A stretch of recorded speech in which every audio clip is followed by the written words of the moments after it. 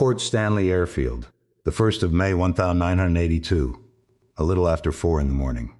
There is no wind. That is the first thing anyone who was there remembers. That is the first thing anyone who was there remembers.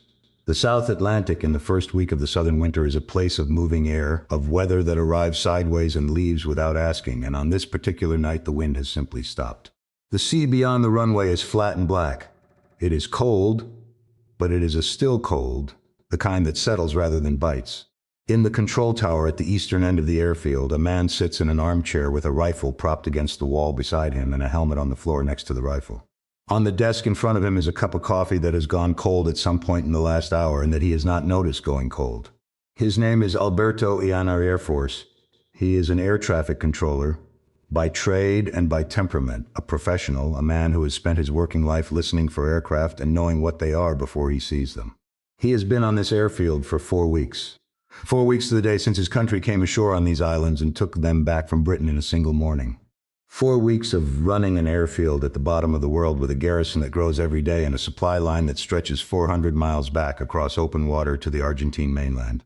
And in those 4 weeks, every single aircraft Alberto Iannariello has handled from this tower has been his own. A few Pucará light attack aircraft, squat and propeller-driven, parked in dispersals off the main strip. A handful of Aermacchi jets. And the transports, the C-130 Hercules, coming in low out of the northwest with fuel and ammunition and rations and men landing, unloading, turning around, and lifting away again before the light gets good enough to make them a target. That is the whole traffic pattern. That is the entire war as it arrives at Port Stanley Airfield, because the British are 8,000 miles away. Iannariello knows the arithmetic. Everyone on this airfield knows the arithmetic. Secret, and it is not a comfort exactly, but it is a fact. And in the calculations that men make in the 4th week of a war, facts are what you sleep on. The Royal Navy Task Force is out there somewhere to the east. Perhaps 200 miles, perhaps more. It has been coming south for 3.5 weeks, and it will arrive when it arrives. When it does, it will bring Sea Harriers, and the Sea Harriers will come. But the Sea Harrier is a small aeroplane. It carries a small amount of fuel and a small number of weapons, and it is designed to defend a fleet, not to destroy a runway. Its combat radius from the deck is 100 miles, give or take. It can hurt you, it cannot flatten you. And behind the Sea Harriers there is nothing. No fleet carrier of the kind the Americans operate, with a catapult and a heavy strike wing. Britain does not have one. Britain has not had one for years. She has 2 small ships, Hermes and Invincible, and neither of them can launch a bomber. No land base within range. The nearest scrap of British-controlled ground in this ocean is a volcanic dot called Ascension Island, and Ascension Island is 3,900 miles to the north. 3,900 miles, that is farther than New York to Berlin. That is a distance you cross in a wide-bodied airliner with a full fuel load and a following wind. In one direction, and then you land, and then you refuel. And then, if you must, you think about coming back. You do not fly it in a bomber. You do not fly it in a bomber, deliver a weapon, and fly it again in the other direction. There is no aircraft in the world that does that, not in 1982. So when, a little after 4 in the morning, the long-range search radar of Argentine Air Defense Battery got a 601 paints a contact 30 miles out and closing on the airfield, the duty officer in the operations room does not call for fire. He calls for clarification. Because a contact at 30 miles, at that hour, from that bearing, is not an attack. It is a late Hercules from Comodoro Rivadavia. It is a Neptune on a maritime patrol that nobody remembered to log. It is one of ours running behind schedule, and the last thing you do in a crowded sky over a small island with jumpy gun crews is start shooting at your own transports. He will ask twice more before this is over. Twice more he will be told the same thing. And in the tower, in the armchair, with the cold coffee and the rifle against the wall, Major Alberto Iannariello sits up, because he has heard something. He has heard a sound he has trained for 20 years to recognize, a sound that is in the bones of every man who has ever worked an airfield. And it is a sound that has absolutely no business existing in the airspace above the Falkland Islands in the small hours of the 1st of May, 1982. The deep, low, unmistakable note of a heavy jet, the aircraft making that sound, had been built to bomb Moscow. It had sat at the end of a runway in England during the Cuban Missile Crisis with its crew strapped in and its 4 engines wired to start at once. It had spent 25 years waiting for an order that never came. It was 12 weeks from the scrapyard, and it had just flown 3,900 miles to be here. This is not, in the end, a story about a runway. It is not a story about a crater or about 21 bombs or about which of them hit and which of them didn't.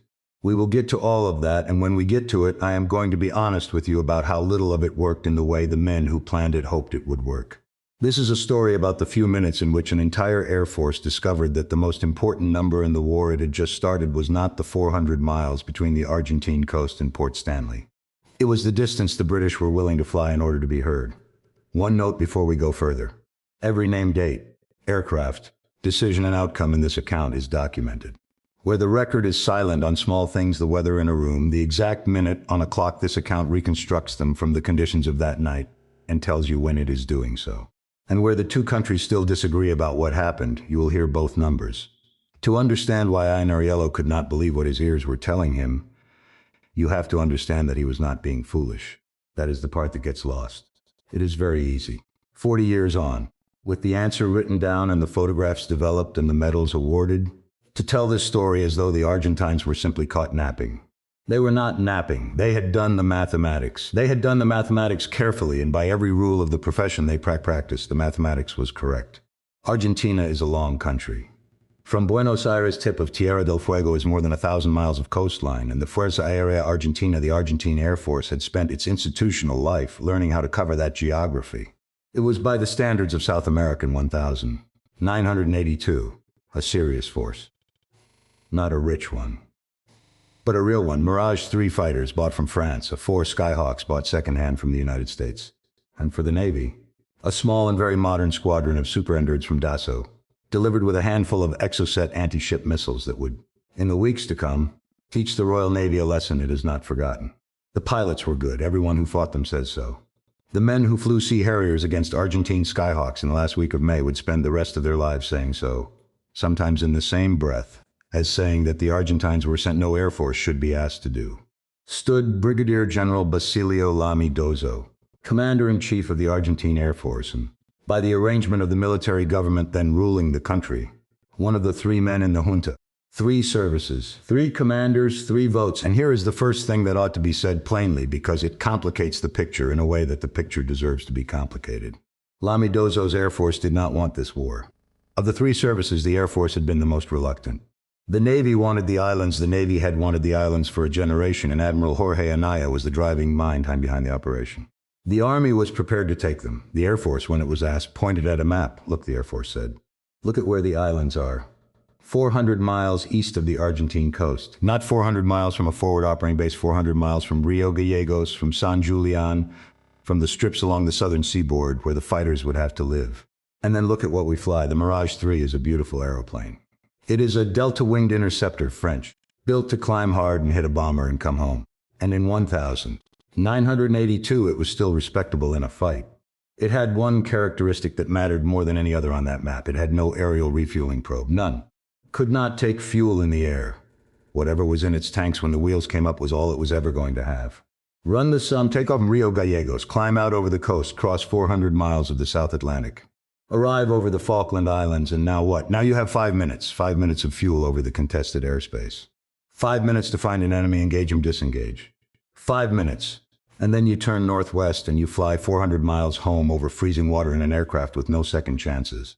And if the weather has closed in at Rio Gallegos while you were away, you find out what that means. 5 minutes. That was the operational envelope. That was not a pessimistic estimate produced by men trying to avoid a fight. That was the arithmetic. And the air planners took the arithmetic upstairs and put it in front of the men who were making the decision. And the decision was made anyway. On the 2nd of April, 1982, Argent forces came ashore at Port Stanley. The small Royal Marines garrison, badly outnumbered, resisted and then surrendered on the order of the governor. By the middle of the morning, the islands were Argentine. And now the Air Force had to fight the war it had told everyone it could not comfortably fight. But the planners were not wrong about range. This is the thing to hold on to. They were not wrong about geography. They were not wrong about the brute, unforgiving mathematics of jet fuel and combat radius, which does not care about national pride and does not negotiate. What they were wrong about was something subtler and much harder to see. They assumed the British were bound by the same arithmetic. And why wouldn't they? Look at what the arithmetic said about Britain. 8,000 miles from the United Kingdom to the Falkland Islands. 8,000, that is not a distance you fight at. That is a distance you write letters at. 2 aircraft carriers, Hermes and Invincible, and neither of them capable of operating a heavy bomber, not because of any failure of British engineering, but because the ships were simply too small.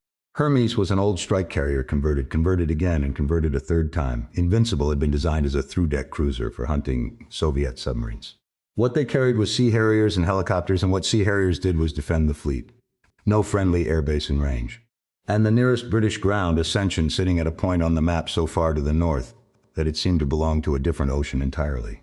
You could not, the Argentine planners reasoned, fly a heavy bomber from Ascension to the Falklands, put bombs on a target, and bring the crew home. The aircraft to do it did not exist. The doctrine to do it, the fuel to move with it, did not exist. They were, in a narrow and technical sense, correct about all three, and everything Argentina watched Britain actually do in the first 3 weeks of April seemed to confirm it. The Royal Navy Task Force sailed from Portsmouth on the 5th of April, 3 days after the invasion, a speed of reaction that surprised almost everyone, including a good many people in London. But watch what sailed. An amphibious assault ship, destroyers and frigates, a supply train of Royal Fleet auxiliaries, requisitioned merchant ships taken up from trade, carrying stores and troops, and, in one famous case, a container ship full of helicopters. There was no strategic bomber wing heading south because there was nowhere south of Ascension for a strategic bomber wing to be based. There was no third carrier because Britain did not have one. There was no forward airfield because there was no forward. The British, to any professional eye reading the map in Buenos Aires, were fighting at the absolute end of their logistical rope. Everything they had was afloat, and everything afloat was a finite number of hulls that had to sail 8,000 miles before they could do anything at all. Brigadier Ernesto Crespo, who would command the Southern Air Force, the operational headquarters running the air war from the mainland, built his campaign on exactly that reading, and it was a reasonable one. The fight, in Crespo's model, would happen in the gap, in the 400 miles of gray water between the mainland and the islands, and in the anchorages and approaches where the British would have to bring their ships in close in order to put men ashore. That was where Argentina could win, not by holding the islands were a fixed asset, held by garrison troops, defended by whatever could be dug in. Argentina would win if she won by hurting the fleet, by making the cost of the landing higher than a British government 8,000 miles away was willing to pay. And the airfield at Port Stanley in that model had a supporting role. It was a place to fly Pucarás and Air Maquis from, aircraft that could harass a landing force and strafe a beachhead. It was a lifeline for the C-130s bringing in supplies. It was not, in the planning, a target that could come under heavy air attack, because nothing could reach it now. There is a detail from the months before the invasion which, when you learn it, changes the temperature of everything that follows. It sits in the British diplomatic record, in the files that were released to the public decades later. And it is one of those small pieces of history that seems almost too neat to be real. In late 1981, the Argentine government was negotiating to buy Avro Vulcan bombers from Britain. Not new ones. There were no new ones. The type had been out of production for the better part of 20 years. These would be airframes coming out of Royal Air Force service as the fleet wound down 6 of them, perhaps as many as 12, sold on to the Fuerza Aérea Argentina as a long-range strategic strike asset. It was, from the Argentine side, an entirely logical acquisition. It was exactly the capability their map told them they lacked. A big aircraft with a big bomb bay and long legs capable of reaching out from the mainland and holding something at risk a long way from home. On the 29th of January, 1982, the British Embassy in Buenos Aires sent a telegram back to the Foreign and Commonwealth Office in London asking, in effect, does this go ahead? On the 2nd of February, London replied, the sale the Foreign Office judged should be opposed, and the reason given was that the Vulcan could be used to threaten the Falkland Islands. Sit with that for a moment. 2 months before the war, the British government privately concluded that the Vulcan was an aircraft capable of threatening the Falklands. 2 months before the war, the Argentine government was trying to buy one. 2 months later, the Argentine government would find out in the dark, with the windows coming in, precisely what the Foreign Office had been talking about. Nobody in this story is stupid. That is what makes it worth telling. Both sides looked at the same aircraft and reached the same conclusion about what it could do. One side simply had ELF. 8,000 miles north of Port Stanley, in the flat green farmland of Lincolnshire, there is an airfield called Waddington.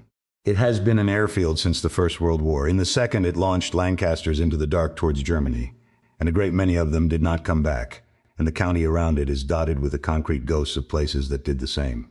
In the spring of 1982, RAF Waddington was home to the last 3 Vulcan squadrons in the world, numbers 44, 50, and 101. All of them at Waddington because there was nowhere else left to put them, and all of them under orders to disband by the 1st of July. To understand what that aircraft was, you have to go back 30 years, to a Britain that had come out of one war exhausted and walked straight into another one that never quite started. The Avro Vulcan was conceived in the late 1940s and flew in 1952. It was a delta, a vast clean triangle of a wing, with 4 engines buried in the roots and a bomb bay in the belly sized for one enormous weapon. It looked, and still looks, like something drawn for a film rather than built for a country. It was designed by a team at Avro under the great designer Roy Chadwick, the man who had given Britain the Lancaster, and who did not live to see the Vulcan fly. Its purpose was singular, and it was terrible. The Vulcan existed to carry a British nuclear weapon to a Soviet city and to release it there. That was the job. That was the entire job. Everything about the aeroplane, the altitude it could reach, the wing that let it turn at heights where other bombers wallowed, the bomb bay that could swallow a free-fall hydrogen bomb existed to serve that one appalling function. Together with the Victor and the Valiant, it made up what the Royal Air Force called the V-Force. And for most of the 1950s and 1960s, the V-Force was British strategic policy. Not a component of it. Vulcan sat at the end of runways in Lincolnshire and Yorkshire at 4 minutes readiness. Crews strapped in to start all 4 at once during the worst days of the Cuban Missile Crisis. Vulcans navigated by stars and by inertial systems over the polar ice, practicing a route to Moscow that everybody hoped would never be flown and that everybody trained for as though it would be flown tomorrow. And then gradually it ended. In 1969, the Royal Navy's Polaris submarines took over the strategic nuclear role. Submarines cannot be found. Bombers can. The deterrent went under the water, and it has stayed under the water ever since. The Vulcan was not scrapped. From nuclear strike to conventional bombing. From high-altitude delivery, where it had been designed to live, down to low level, screaming across Europe at a few hundred feet to get under Soviet radar. An aging airframe being flown in a regime it had never been meant for. Accumulating fatigue in a way its designers had not planned. From the centerpiece of British deterrence to a supporting act. And in November 1981, the British government announced what everybody at Waddington already knew. The Vulcan was finished. The remaining squadrons would stand down through 1982. The aircraft would go to museums, to gate guardians, to scrapyards. The crews would move on to Tornadoes and Buccaneers and Nimrods, or they would leave. By March 1982, the countdown was well advanced. There were farewell dinners being planned. There were disbandment parades being organized and squadron standards being prepared for laying up, and men sorting through 25 years of accumulated squadron history to work out what went in a display case and what went in a skip. There is a particular melancholy to the end of a unit. Anyone who has been through one knows it. It is not grief exactly, nobody has died, but it is a kind of mourning, and at its own slow institutional pace. And it was moving through RAF Waddington in the last week of March 1982. On the 2nd of April, Argentina landed at Port Stanley. The Vulcan fleet had weeks to live. Here is what nobody in Buenos Aires had modeled, and here is what nobody at Waddington would have believed if you had told them about it in March. 3,900 miles north of the Falklands, in the middle of the Atlantic Ocean, there is a lump of black volcanic rock about 8 miles across called Ascension Island. It has almost nothing on it. It has a mountain, a scattering of settlements, a great clinker and ash, and a single runway. The runway was built by the Americans in 1942 to shuttle aircraft across the Atlantic to the war in Africa. In 1982, it was still American operated, under agreement with Britain, and the day-to-day business of running the airfield wide awake. It is called, after the turns that nest there and make a noise like a man being woken up, was handled under contract by Pan American. Pan Am's contract allowed for 285 aircraft movements per year. Within a few weeks, Wide Awake would be handling more than 300 movements in a single day. The station manager, a Pan Am man named Don Coffey, is said to have telephoned his counterpart at Chicago O'Hare simply to check whether the number he was looking at could possibly mean what he thought it meant. For a few extraordinary weeks in the spring of 1982, that single strip of tarmac on a volcanic rock in the middle of nowhere was, by movements, one of the busiest airfields on Earth. And parked on it in the last week of April were aircraft that 6 months earlier had been scheduled for the breakers. Vulcans, and behind them in a long gray line, the Victors. The Handley Page Victor had been the third of the V-bombers, a strange, beautiful, crescent-winged aircraft with a cockpit that sat high and forward like the head of a bird. As a bomber, it was finished by the 1960s. But the airframe was sound and the fuel capacity was enormous, and so the Victors had been converted into tankers. By 1982, there were about 24 serviceable Victor K-2s in the Royal Air Force, and they were the only aircraft Britain possessed that could refuel a Vulcan in the air. That is the whole inventory. That is what was left, at the end of everything, of the great Cold War machine Britain had built to threaten Moscow. Couple of dozen converted bombers with fuel in their bellies, a handful of Deltas 12 weeks from disbandment, and one American runway on a volcano. And a memory. That is the part that is hardest to put on a chart and the part that mattered most. 25 years of institutional muscle memory, of moving heavy aircraft across great distances of empty ocean, of navigating without landmarks, of the choreography of the tanker and the receiver joining up in cloud at night. Some of it had been formally deleted. On paper, the capability was gone. But the aircraft were still there. The crews were still there. And the men who had spent their careers learning how to do this thing had not yet quite forgotten how. Back at Port Stanley in the tower, Major Alberto Ianariello is sitting up. Not a Hercules. He knows what a Hercules sounds like. He has been listening to Hercules for 4 weeks. Not a Pucara, not a Neptune. Something heavy, something with jets. Something coming. 4 weeks earlier, on the 2nd of April, Argentina had taken these islands in the belief that 8,000 miles of ocean was a wall. It was a good belief. It was built on real numbers checked by professional men, and it was very nearly right. It had about 4 minutes left. RAF Waddington, Lincolnshire, the 5th of April, 1982. Delta wings parked on the dispersal, and around them, men in overalls who had been told a few months earlier to start thinking about what they were going to do with the rest of their lives. The order that came down that day did not sound like the beginning of anything. Find out whether the Vulcan can still take fuel in the air. The kind of inquiry that arrives at an operational station a dozen times a month and usually means somebody in London is filling in a form. The engineering officers went out to the aircraft and they opened the panels and they looked. The probe was there. A long steel spike bolted above the nose, angled up and forward so the pilot could see the tip of it in his sightline. Most of the airframes still had one because taking them off was work and leaving them on was not. Behind the probe, there was nothing. The pipework that carried fuel from the tip of that spike back into the tanks had been disconnected roughly 10 years earlier. Capped off. In a good many airframes it had been removed altogether and given away to the Nimrods, to the Hercules, to aircraft that still had a use for it. It had not been an act of vandalism. It had been housekeeping. The Vulcan was not going to refuel in the air again. The nuclear role was gone. The aeroplane flew from British bases to European ranges and came home. The plumbing was surplus, so the plumbing went where it was needed. Somewhere in that decade of tidy, sensible decisions, Britain had quietly disassembled the one capability that would turn out to matter. Now there were 13 days to put it back. What happened at Waddington over the next fortnight is the part of this story that sounds least believable and is, in its essentials, on the record. A search began, not a procurement process, a search. Men were sent out with lists to find parts that did not exist in any store. They went to gate guardians. Every RF station of any age has an aircraft mounted on a plinth by the main gate, painted up, bolted down. A monument to what the place used to do. Some of those monuments were Vulcans. Men arrived with spanners and went up the nose. They went to scrapyards. Bomb carriers, the racks that actually hold the weapons in the bay, which the Vulcan had not needed in its nuclear configuration and had not used in its conventional one for years, were recovered from a yard at Newark-on-Trent, a few miles down the road, where they had been sold for scrap. They were brought back, clean, checked, and fitted to aircraft that were going to war. They went to museums and to storage lines and to airliners. The Vulcan's own navigation system was built for a different problem, for a route flown over known terrain against a fixed target with ground features to fix on. What the crews were about to do was navigate for 8 hours across an ocean with nothing on it. So the answer was a Delco Carousel inertial navigation unit, the same box that airliners used to cross the Atlantic, pulled out of stored British Airways VC-10s and wired into the flight deck of a nuclear bomber. There are other stories from those 13 days, and I want to be careful with them because they are the ones that get repeated most and documented least. There is a widely told account of a team sent to a United States Air Force base in California to take the refueling probe off a Vulcan on outdoor display. There is another, told at Waddington for 40 years, that a vital component turned up in the officer's mess, where it had spent some years in service as an ashtray. Even the RAV Museum repeats that one with a certain amount of care. Take them as they are. Mess stories, told by men who were there, about a fortnight when the normal rules of supply had stopped applying. The documented facts are strange enough on their own. And then there were the crews. This is the part that is easy to say quickly and worth slowing down for. The men of 44, 50, and 101 squadrons had not practiced air-to-air refueling in something like 20 years. Not rusty.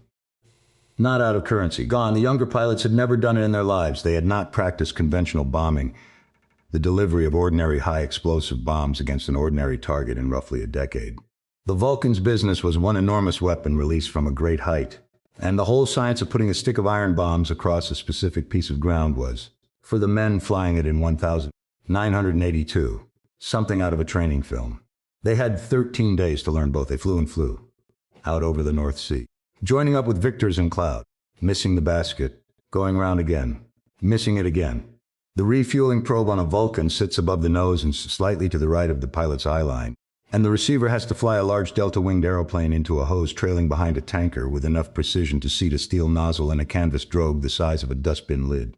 In turbulence, at night, over water, with the closure rate measured in inches per second and the penalty for getting it wrong measured in bent metal at 20,000 feet. Men who had spent their careers at the top of their profession went back to being beginners at 40. And in London, at the same time, somebody had to answer a much colder question. How many bombs? The man handed that question was a mathematician working for the Ministry of Defense named James Moffat. He was not aircrew. He was a scientist. He was given 72 hours. He started with the runway itself. He telephoned the British construction firm that had originally built the strip at Port Stanley and asked them for the concrete specification, the actual mix, the depth, the subbase. What precisely is that runway made of? He took those numbers to the Royal Aircraft Establishment where the physicists worked out what a single 1,000-pound bomb would do to that particular concrete. How wide the strip it takes out of service, and then he applied a method that is older than the aircraft. Operational research, the statistical study of how to make weapons actually achieve things, was largely invented in Britain during the Second World War. And one of the men who invented it was the physicist Patrick Blackett. Blackett's people worked out how to hunt U-boats, how many depth charges to drop, and at what setting how to arrange a convoy. It was mathematics applied to killing, and it saved an enormous number of lives on the Atlantic run. 40 years later, a civil servant in an office used Blackett's method to answer a question about an airfield in the South Atlantic. 7 bombs gave you an acceptable chance of putting at least one crater on the runway. 14 gave you a good chance. 21, which was the maximum the Vulcan's bomb bay would physically hold, gave you a probability of around 90%. 21 it was. But 21 bombs is a bomb load, and a bomb load is weight, and weight is fuel. And fuel was a problem that had no obvious answer at all. The plan for solving it was drawn up largely by the RF's Tanker Force commander, Wing Commander Jeremy Price, and when you first hear it described, it does not sound like a plan. It sounds like a joke told by somebody who does not understand aviation. The Vulcan could not reach the Falklands from ascension without refueling. Fine. But the Victor tankers could not fly far enough south to give the Vulcan its fuel and then get themselves home. So the tankers would need refueling too. Fine, send more tankers. But those tankers would need refueling. And so on, and so on. Until the answer stopped being a mission and became a structure, a cascade, a relay. A chain of aircraft handing fuel forward down the Atlantic like a bucket line at a fire. Victors refueling. Victors who refuel the Vulcan. Each tanker flying south until its own tanks reached the point where it had just enough to get home, giving away everything above that line, turning and going back. Then the next one steps up, topped off by the fuel of the one before, and carries the chain a little further south. 11 tankers, 1 bomber, very nearly half the serviceable tanker force of the Royal Air Force, the entire strategic refueling capability of a nuclear power committed to putting 1 aeroplane over 1 runway. By the time the fuel reached the Vulcan's tanks at the far end of the chain, somewhere over the empty ocean at 30 degrees south, it would have passed through 5 other aircraft. 244,000 imperial gallons of jet fuel would move between aeroplanes that night, over 1 million liters. Of all of it, the bomber would receive about 7%. 93% of the fuel existed solely to move the other 7% far enough south to matter. That is the number. That is the whole thing in one line. That is what nobody in Buenos Aires had budgeted for, not because they were careless, but because no other air force on Earth in 1982 was going to do it. Not the Americans. The United States Air Force could put a B-52 over any target in the world, and did. In 1982 was not being asked to deliver bombs on a single runway at the bottom of the planet from a volcanic island nearly 4,000 miles away. 13 days' notice, using a fleet that was already scheduled for the scrapyard. Britain was, and Britain just barely could for 3 reasons and no others. She had the institutional memory of the V-Force, 25 years of men learning to move heavy aircraft across enormous distances of empty ocean. She had the Victor tanker fleet, 24 converted bombers, the only aircraft in the inventory that could pass fuel to a Vulcan. And she had Wide Awake, 1 runway on 1 rock, sitting almost exactly halfway to where she needed to go. Argentina had none of those things. Not because Argentina was poor, and not because her air force was second-rate. The men who flew Skyhawks into the anchorage at San Carlos in the weeks that followed will be remembered as long as anyone remembers this war, and they were remarkable. Argentina had no V-force because Argentina had never built a nuclear deterrent. She had no tanker fleet because she had never needed to strike 4,000 miles from home. She had no Wide Awake because she had no scattered inheritance of mid-ocean rocks left over from a vanished empire. Britain was a shrinking country that still had the pieces of a global strike capability lying about in storage. In April 982, somebody went into the store. Ascension Island, the 30th of April, 1982. Evening. The heat comes off the runway even after dark. Wide awake is a strip of tarmac on black volcanic clinker with the Atlantic all around it and nothing beyond. And on that evening it held more aircraft than it had been designed to see in a season. 13 aeroplanes lined up to go.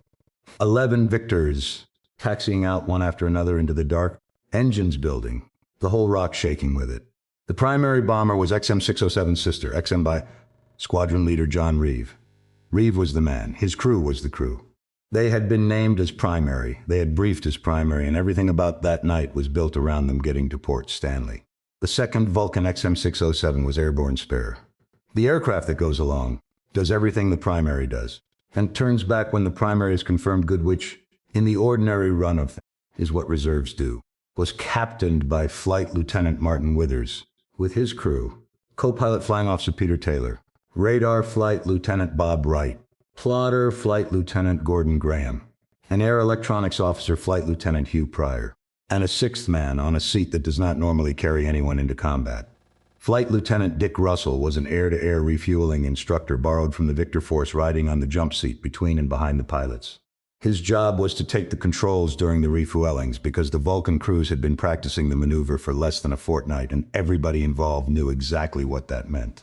6 men in an aeroplane built for 5 in a bomber 12 weeks from disbandment in the reserve slot, they lifted off into the dark behind the tanker stream. And then, not long after takeoff, the rubber seal around the direct vision window on the left side of John Reeve's cockpit failed.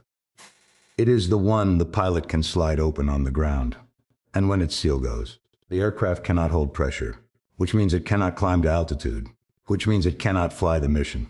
Reeve tried. The aircraft was far too heavy to land full-fuel 21,000-pound bombs in the bay, so he had to fly around, burn it off, before he could bring it back onto the rock. Somewhere ahead of him in the black, the reserve got the call. Martin Withers described that moment in an interview given for the 40th anniversary of the raid, and it is worth hearing in his own words, because they are not the words of a man in a film. Suddenly we realized we were the ones who were expected to fly all the way down and bomb Stanley Airfield. This came as a bit of a shock, but we were prepared. And one great thing was that we had a refueling instructor, Dick Russell, sitting with us. That is the entire emotional register of the Royal Air Force in one sentence. And every man of a certain age who has worn a uniform will recognize it exactly. So the reserve became the mission. 6 men, 1 air, 3,900 miles of black water ahead, and 11 tankers strung out in front of them in the dark, holding the only fuel that would ever be available to them. Now the chain began to work. This is the part that is impossible to film and almost impossible to convey, and it is where the whole thing was won and nearly lost. Picture it from inside. You are in a large aircraft at night, in cloud, over the middle of the Atlantic Ocean. There are no lights below you because there is nothing below you. You are flying formation on a set of dim station-keeping lamps on the wing of an aircraft you cannot properly see a few dozen feet in front of you, and you are trying to put a steel probe into a basket that is moving. Silence was the rule. The whole point of the operation was to arrive without warning, and a stray transmission at the wrong moment could put the entire thing in a filing cabinet in Buenos Aires before the bombs were even armed. So it is done on lights and hand signals and the movement of aeroplanes. Formate, join, take fuel, break away. The next tanker slides forward again, and on that particular night in that particular ocean they flew into a thunderstorm. Not a squall. A South Atlantic front, at altitude, at night, with 14 aeroplanes trying to hold formation inside it. The tankers pitching, the hoses whipping, the drogues moving in 3 dimensions while men fought to fly steel into canvas. Flight Lieutenant Steve Biglands captaining Victor XH-6 fuel, and his refueling probe broke off. It snapped, and the end of it stayed in the basket of the tanker ahead of him. Understand what that means, because everything turns on it. A tanker with a broken probe cannot receive fuel. It can still give fuel. The hose reels are a separate system, but it can no longer be topped up. Biglands was supposed to be the last tanker in the chain. His job was to take a full load from the aircraft behind him, carry it as far south as anyone was going, and hand it to the Vulcan for the final run into the Falklands.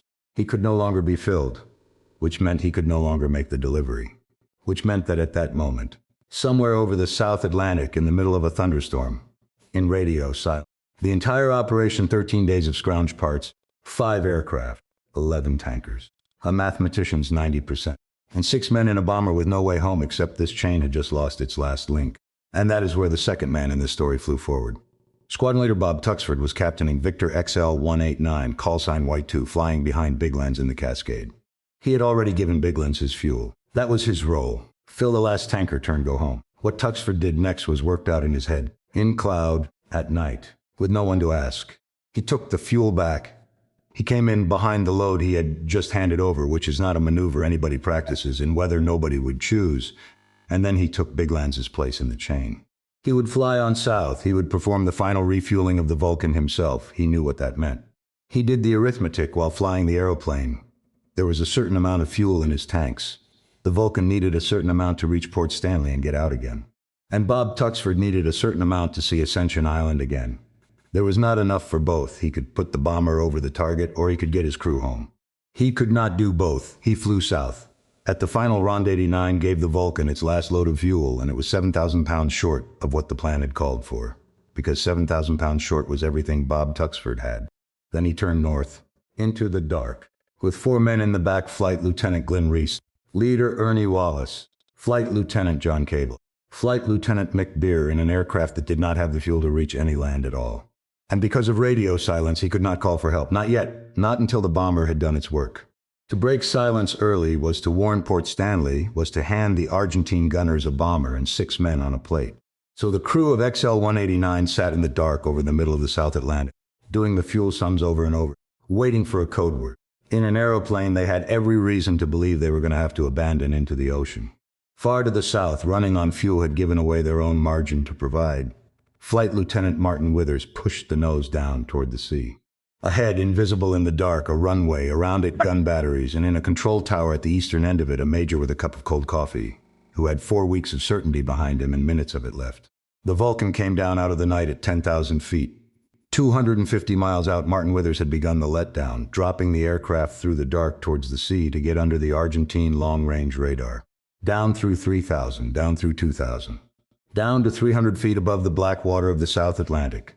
An aeroplane with a wingspan wider than a Boeing 737, flying lower than most office towers. At night, over an ocean, with no lights and no horizon and nothing to look at but the instruments. They ran in like that for the best part of 300 miles. Then at 40 miles out, Withers pulled the nose up and put the throttles forward, and the Vulcan climbed. This is the part that goes against every instinct a pilot has. You have spent an hour hiding in the surface clutter, and now, 40 miles from an airfield, artillery, and radar-guided guns, you deliberately stand up into the sky where everyone can see you. They had to. 21 bombs dropped from 300 feet would have destroyed the aircraft that dropped them. The weapons needed height and time to arm and to fall. So up they went through 5,000. Through 8, at 10,000 feet. And the moment they crossed that line, they were on somebody's screen. A little after 4 in the morning, 30 miles out, the long-range search radar of Argentine Air Defense Battery Gata 601 painted them. And in the operations room, a duty officer asking a question that had no good answer. He had a contact. It was inbound. It was closing. There was no scheduled Argentine traffic, but there was no possible enemy either, and the bearing was consistent with a friendly running late out of the mainland. Ask any man who has ever held a firing decision in his hands. The worst thing in the world is to be the officer who shot down his own transport. He asked for guidance. He was told to hold. The contact kept coming. He asked again. Hold. By the third request, the aircraft was inside the engagement envelope of the Skyguard fire control radars, the sets that actually aim the guns. And the Skyguard screens had gone to noise. Not a target, not a weak return, a wall of gray. The reason was sitting in the back of the Vulcan in a windowless compartment facing aft, in front of a panel of switches. Flight Lieutenant Hugh Pryor, Air Electronics Officer, had switched on the jamming. The pod hanging under XM607's wing was an American-built electronic countermeasures pod, scrounged from the Buccaneer fleet and hung on a pylon that had been improvised for the purpose in a fortnight. The Vulcan had never been designed to carry it. There was no mounting for it. Somebody made one, and it worked. It did precisely what it had been built to do 20 years earlier for a different war against a different enemy. The gunners on Port Stanley airfield had a search radar telling them something was there and a fire control radar telling them nothing was there, and no way to reconcile the two. Withers held 10,000 feet and rolled onto the attack heading. The runway at Port Stanley ran roughly east to west, 4,000 feet of concrete, narrow. Flying straight down its length would have been the obvious way to attack it in the worst. Any error in track, any drift, and the whole stick of bombs walks harmlessly alongside the strip and blows up grass. So the run was flown at an angle so that the stick of falling bombs would cut the concrete like a knife drawn across a rope. You give up the chance of hitting it many times in exchange for a far better chance of hitting it once. That was James Moffat's 90%. At last, with a man's hands on it. In the nose at the radar, Flight Lieutenant Bob Wright watched the return of the coastline and then the airfield come up the screen. The bomb doors opened. 21,000-pound bomb stick about a quarter of a mile long, walking across the airfield in a line, and Port Stanley came apart in a rolling series of flashes. In the control tower, Major Alberto Iannarello was still in the armchair. He gave his account after the war to the British historian Martin Middlebrook, who did something unusual and valuable. He went to Argentina and interviewed the officers and the conscripts and wrote their war down in their own words. Because of that, we know what the first bomb of the Falklands Air War looked like from the inside of the building it nearly took down. He was sitting there, he said, deep in thought, when the explosion of the first bomb shook him back to reality. He found himself facing a red cloud that swept towards the tower, smashing every window and shaking the building. When he came round, he was underneath the armchair. He got up, picked up the rifle and the helmet from the floor beside it. He went outside into a scene he described as chaotic men running, no one certain where to go, the sky above the airfield stitched with the red flashes of their own anti-aircraft guns firing at something none of them could see. And then he said 6 words that ought to be carved somewhere. It was our baptism of fire. 4 weeks at war on paper. 4 weeks of holding an airfield at the bottom of the world for a country that had told them the enemy could not reach them. 4 weeks, until the small hours of the 1st of May. Men died on that airfield that morning. I want to be careful here, and I want to tell you why. British accounts of Black Buck 1 and a good many popular retellings put the toll at 3. Argentine sources most often a single man killed Stanley in that raid, an Air Force conscript named Guillermo Ubaldo Garcia. The other names that appear in the taller versions of the story appear elsewhere in the Argentine record in the day later, when Sea Harriers from HMS Hermes came in and hit Stanley and Goose Green in the hours after the Vulcan had gone. The 1st of May was a long day. It killed men in more than one place. Some Argent counts record directly from the Vulcan's bombs at all and attribute the airfield's dead that day to the Sea Harrier raids that followed at first light. Others do not. The accounting has never been fully reconciled between the two countries, and 40 years on it probably will not be. I would rather tell you that than pick the number that makes the better story. So here is what can be said honestly. At least one young man, a conscript, doing his national service on an airfield 8,000 miles from anybody who wanted this, died at Port Stanley hours of the 1st of May. 1982. His name is on the wall of the monument to the fallen of the Malvinas in Buenos Aires, along with 648 others. He was not a soldier by choice. Most of them were not. And whatever anyone thinks about the war and the men who started it, the boys who stood the night watch on that runway were somebody's sons, and they had no more say in the junta's decision than the men in the aeroplane had in London's. They should be named, that is all. They should be named. The Vulcan turned north. Somewhere in the back of the aircraft, Hugh Pryor transmitted a single code word to the naval headquarters at Northwood in England. Superfuse. It meant bombs on target. And that one word crossing the world released a man who had been sitting for hours in an aeroplane with nowhere to land. Bob Tuxford had been flying north in XL-189 with a fuel state that did not reach any piece of land on Earth. He had given the Vulcan everything he had, 7,000 pounds short of the plan, because 7,000 short was all there was. He had 4 men in the back: Glenn Reese, Ernie Wallace, John Keeble, and no permission to speak. That is the thing that ought to stop you, not the bombing, the waiting. 5 men in a converted Cold War bomber over the middle of the South Atlantic at night, watching gauges come down, forbidden by the rules of the operation from calling for help, because a transmission at the wrong moment would put 6 other men into a wall of anti-aircraft fire. They had made an agreement about that in a briefing room at RF Marham a fortnight earlier, in daylight, on the ground, when it was a sentence in a plan. Now it was hours in the dark with a needle falling. They expected to have to abandon the aircraft into the ocean. They had worked out roughly where. The South Atlantic in the first week of May is a place where a man in the water has minutes, not hours, and everyone in that cockpit knew the number. Tuxford broke silence and asked for a rescue tanker. Back at Ascension, a rescue tanker was scrambled north to find him. 2 aircraft closing on each other over an ocean at night, one of them looking for the other with everything riding on the arithmetic being right. They found each other 600 miles short of the island. Tuxford had about 30 minutes of fuel left in his tanks. He landed at Wide Awake after 14 hours and 5 minutes in the air. He was awarded the Air Force Cross. Martin Withers brought XM-607 back onto that same volcanic rocket, Fortin 52 Zulu, 15 hours and 45 minutes after leaving it. He had been in the air a quarter of a day.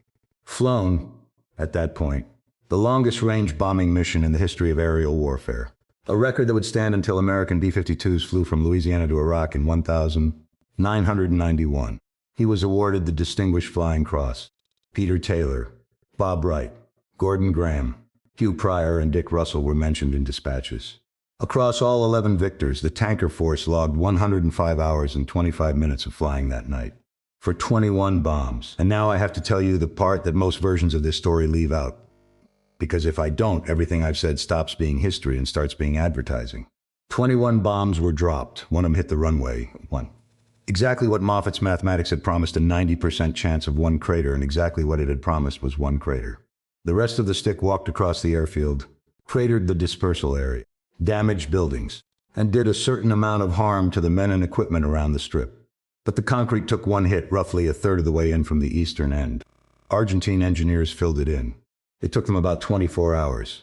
And here is the harder fact. Argentine C-130 Hercules transports continued to fly into Port Stanley almost until the last days of the war. They simply changed their timings to avoid the early morning window when a Vulcan might appear. The airfield was never closed. The air bridge from the mainland was never cut. The garrison on the Falklands was resupplied by air at night right up to the end. The runway was never long enough for Argentine fast jets anyway. That was why the Skyhawks and Mirages had to fly from the mainland with 5 minutes of fuel over the islands. Black Buck did not create that problem. The problem was already there. So what did it actually achieve? That question has been argued over for 40 years by men who were there, and they do not agree, and I am not going to pretend they do. Sandy Woodward, who commanded the carrier battle group from HMS Hermes and who was as far from a sentimentalist as the Royal Navy has ever produced, wrote in his memoir that he had never to stop the transport flights and did not much care about them. C-130s were not a threat to his ships, and his ships were what he was worried about. Commander Nigel Sharkey Ward, who led the Sea Harriers off invincible and who spent his war and much of his retirement telling the RAF exactly what he thought of them, was blunter. The notion that a single Vulcan had deterred Argentina from anything, he said, was baloney. Sir Lawrence Freedman, who wrote the official British history of the campaign, records simply that the significance of Black Buck remains a matter of controversy. Against that stands the man who commanded the RAF's air operations for the campaign, Air Marshal Sir John Curtis, speaking at the RAF Museum at Hendon in 2003. He put it as carefully as anyone has managed. The Black Buck operations, he said, delivered a crucial message, one that was clearly understood in Argentina, and were therefore an essential undertaking that played its part in supporting the task force. A message. And in the days after the 1st of May, something happened on the Argentine mainland that suggests the message arrived. A small number of Mirage 3 fighters, perhaps 4 airframes, were pulled back from the southern bases and redeployed to the air defense zone around Buenos Aires. Why? Because if a British bomber could reach Port Stanley from Ascension Island, then a British bomber could reach Buenos Aires. Nobody in Argentina could now prove otherwise, and no Air Force commander in the world can look at a capital city and say, we will simply take the chance. Whether that redeployment was a panic or a considered reorganization depends on which account you read. The Argentine Air Force's own institutional magazine describes it as the latter, and it is entirely possible that both things are true, as they usually are. The military effect was real but modest. Those Mirages had only ever been getting 5 minutes over the islands. But 4 airframes was something like a quarter of Argentina's available air superiority fighters. And in the weeks that followed over San Carlos Water, over Bomb Alley, over the ships, the Sea Harrier pilots had 4 fewer of the best Argentine fighters to worry about. That is the whole ledger. 1 crater filled in a day. 4 fighters moved 800 miles from where they were needed. 11 tankers, liters of fuel, 15 hours and 45 minutes. You can decide for yourself whether it was worth it. Men who fought there decided differently, and they had better standing to judge than either of us. But this much is not in dispute. On the 2nd of April, 1982, a country took a set of islands in the sincere and professionally reasoned belief that 8,000 miles of ocean was a wall. By the 1st of May, that country had moved fighter aircraft home to defend its own capital against an air force it had calculated could not reach it. The wall was gone, not breached, dissolved. And it had been dissolved not by a weapon, but by an act of arithmetic and will. By a mathematician on a 72-hour deadline, by engineers going up the nose of a gate guardian with a spanner, by a squadron leader in a thunderstorm giving away the fuel he needed to get home. Distance was no longer a defense. That was the message. That was the whole message. And whatever the historians make of it, the men who acted on it in Buenos Aires acted as though they had understood it perfectly. The Vulcans flew on. There were 7 Black Buck missions planned in all. 5 were completed. Black Buck 2 went back to Stanley on the 4th of May with John Reeve at last getting his turn in the seat.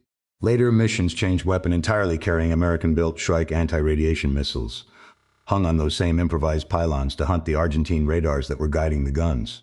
On Black Buck 6, on the 3rd of June, the Vulcan destroyed a Skyguard fire control radar near Stanley. According to Argentine accounts, 4 servicemen were killed at that position. They were doing the same job as the men in the aeroplane from the other side, and they died at their post. That same night, 597 snapped its refueling probe. Unable to take fuel. To reach Ascension. The aircraft diverted to Rio de Janeiro and landed in Brazil with minutes of fuel remaining, carrying 1 Shrike missile that had failed to release. The crew was interned by the Brazilians for a week, treated well, and sent home. The last Black Buck was flown on the 12th of June, 1982. It was the final operational bombing mission ever flown by the Royal Air Force's Heavy Bomber Force, the last time the aeroplanes that had gone to Berlin and stood ready for Moscow ever dropped a bomb in anger. XM-6 was in the left-hand seat. 2 days later, the Argentine garrison on the Falkland Islands laid down its arms. 907 people died in that war, 255 British, 649 Argentine, 3 Falkland Islanders killed by British shellfire in Stanley in the last days. Most of the Argentine dead were conscripts. Their average age was around 19. What happened to the men in this story is, in most cases, quiet, which is how these things usually end. Martin Withers stayed in the Royal Air Force until 1991 and retired as a squadron leader. He flew airliners for the rest of his working life. And then, in 2007, in one of the few genuinely happy endings available to anybody in this business, he went back to the Vulcan XH-558, the last airworthy example in the world, restored to flight by public subscription and flown at air shows across Britain until 2015. Grown men wept at those displays, not for the aeroplane, for what the sound of it did to them. Bob Tuxford left the Royal Air Force as a wing commander and wrote his account of that night in a memoir called Contact. The Vulcan fleet disbanded on schedule. The war changed nothing about that. The aeroplanes went to museums and to gate guardians and to the scrapyard, exactly as planned, within months of coming home. Basilio Lamidoso, the Air Force commander who had pointed at the map and been overruled, was tried in Argentina after the war, along with the other members of the junta, for his conduct of the conflict. 6-7, the Reserve, the Spare, the aircraft that was never supposed to go, sits today at RF Waddington, on the station she flew from, with 3 small bomb symbols painted on her nose for the 3 Black Buck missions she flew. She has not been in the air since 1982. She does not need to be. There is a thing that men of a certain age understand about all of this, and younger people sometimes don't. The Vulcan was built for a war that never came. 25 years of readiness, of crews strapped in at the end of runways at 4 minutes' notice, of navigating over the ice towards cities they prayed they would never see. An entire generation spent preparing for an apocalypse and, thank God, never delivering it. And then in the last 12 weeks of that aeroplane's life, with the farewell dinners already booked, it was asked to do one real thing. Something much smaller and much stranger. To fly to the bottom of the world with parts taken off a museum piece and put 1 bomb on 1 runway and come home. 25 years of waiting for 1 night. 11 tankers to put 1 bomb on 1 runway at the bottom of the world. And in a control tower at Port Stanley in the small hours of the 1st of May. 1982. With broken glass around his boots and his own guns firing blindly into a sky he could not see. A major in the Argentine Air Force picked up his rifle and his helmet off the floor and became the first man in his country to read the message.